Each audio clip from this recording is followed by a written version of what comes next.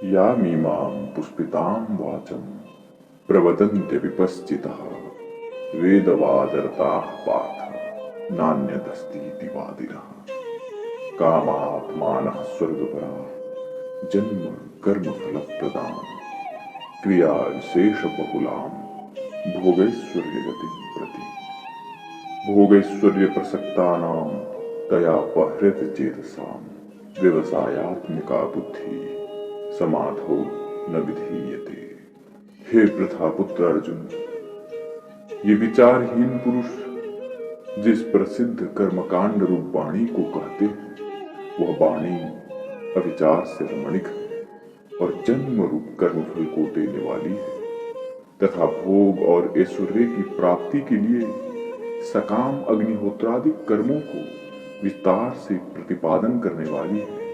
ऐसे वाणी का कथन करने वाले ब्रह्म विचारहीन पुरुष वेद के अर्थवाद में प्रीति करने वाले और कर्म के फल से भिन्न कोई दूसरा ज्ञान का फल नहीं है, इस प्रकार का कथन करने वाले हैं तथा प्रबल भोग इच्छा से युक्त कामरूप है और स्वर्ग ही उत्कृष्ट जिनको तथा भोग ऐश्वर्य दी में आसक्ति है,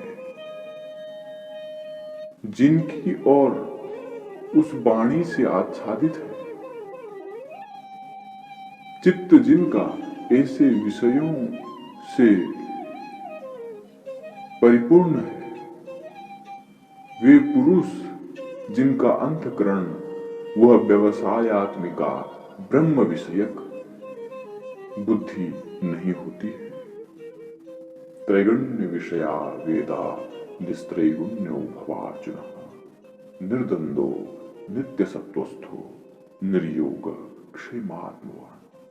हे अर्जुन, आप उन सत रज और तम रूप तीनों गुणों से रहित हो तथा परस्पर विरोधी सुख दुख शीत उष्ण और मान अपमान राग द्वेष आदि द्वंद्व धर्मों से रहित हो तथा सर्वदा सत्व गुण के कार्य धैर्य में स्थित हो और योग वह वस्तु हमें कैसे प्राप्त होगी, क्षेम वह वस्तु हमें कैसे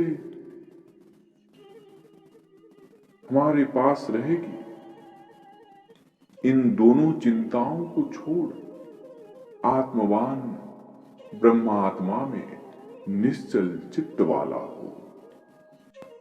यावानार्थ उदपाने सर्वतः संयुक्तोदके तावान सर्वेषु वेदेषु ब्राह्मणस्य विजानतः।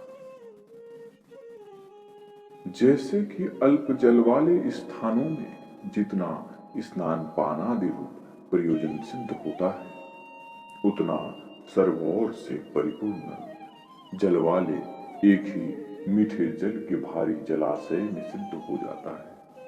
वैसे सर्व वेदोक्त काम्य कर्मों में जितने हिरण्यगर्भ लोक पर्यंत आनंद प्राप्त होते हैं, उतने सब ब्रह्म साक्षात्कार करने वाले ब्रह्मवेत्ता मुनि को प्राप्त हो जाते हैं। जैसा कि श्रुति में भी कहा है, वह ब्रह्मवेत्ता पुरुष मोक्षानंद को पाकर आनंदित होता है। समोदते मोदनीयम हि लब्धा येते सतम प्रजापतेरानंदाः स एको ब्राह्मण आनंदः श्रोत्रियस्य चाकामतस्य। कर्मण्येवाधिकारस्ते मा फलेषु कदाचन मा कर्म फल हेतुर्भूमा ते संगोस्त्वा कर्मणि। हे अर्जुन, तव जनकादिवत स्वकर्मण्येवाधिकारो विद्यते। हे अर्जुन, आप जनकादियों के समान केवल निष्काम कर्म में ही अधिकार है। कर्म फल में कदापि नहीं है। आप कर्म फलों का हेतु अर्थात कर्मों के फलों की अपेक्षा करने वाले मत हो तथा कर्म के न करने में आपकी प्रवृत्ति न हो, जैसा श्रुति में भी बतलाया गया है।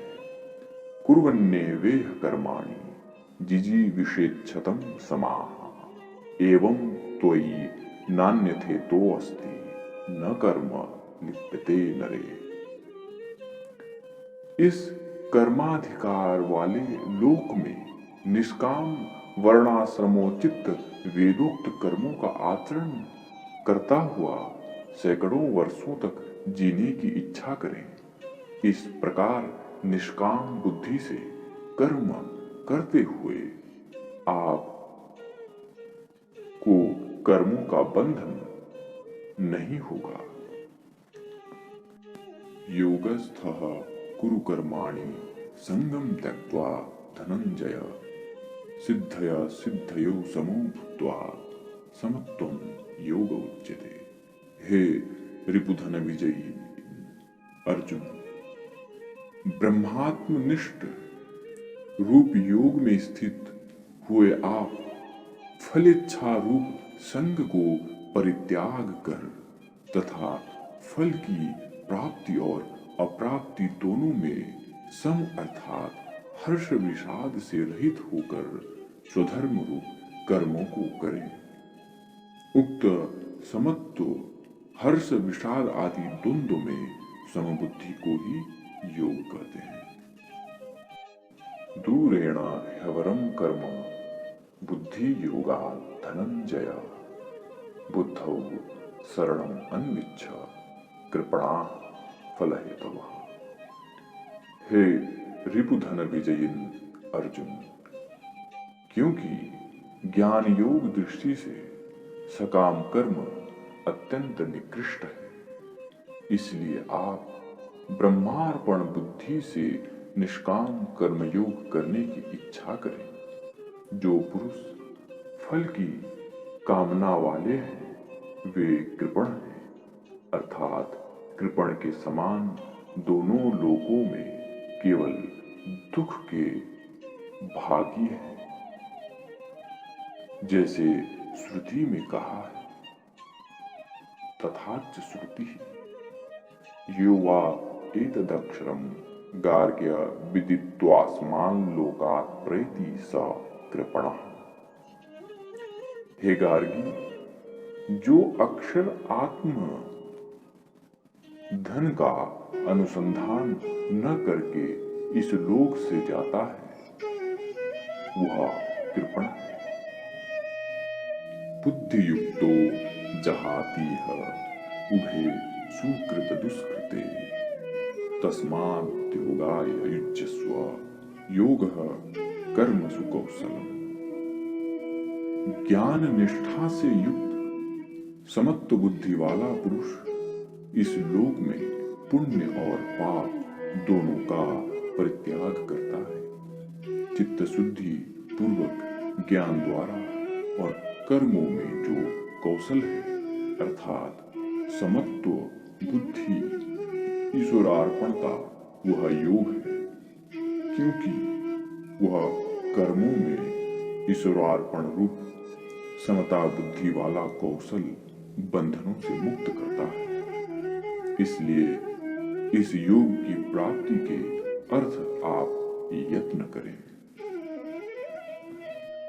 कर्मजं बुद्धि युक्ता ही फलम त्यक्त्वा मनीषिणः जन्म बंध विनिर्मुक्ताः पदम गच्छन्त्यनामयम्।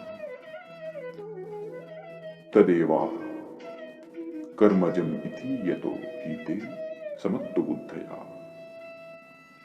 योगेन युक्ताः कर्मजन्यं फलं विहाय मनीषिणः स्वात्मज्ञाः भवन्ति। क्योंकि समत्व बुद्धि युक्त पुरुष कर्मजन्य फल को त्याग कर आत्म साक्षात्कारवान मनीषी होता है और जन्म मरण रूप बंधन से छूटकर अविद्यादि रोग रहित कैवल्य पद को प्राप्त होता है।